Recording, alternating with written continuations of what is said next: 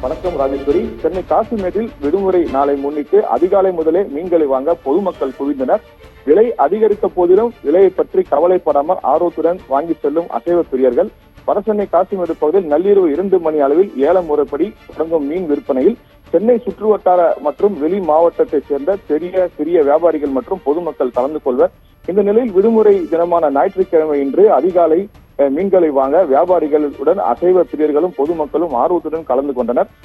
ஆழ்கடலுக்கு மீன் பிடிக்க சென்று பெரும்பான்மையான விசைப்படகுகள் இன்று கரைக்கு திரும்பிய போதிலும் விலை அதிகரித்தே காணப்பட்டது. குறிப்பாக பெரும்பான்மையான விசைப்படகுகளில் இறால்கள், நண்டு போன்றவை காணப்பட்டாலும் கடந்த நாட்களில் இன்று அதாவது கடந்த நாட்களை காட்டிலும் இன்று அவை விலையில் அதிகரித்து காணப்பட்டது.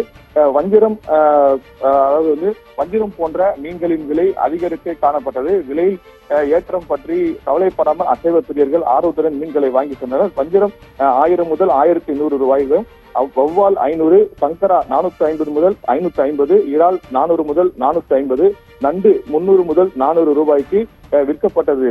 ராஜேஸ்வரி.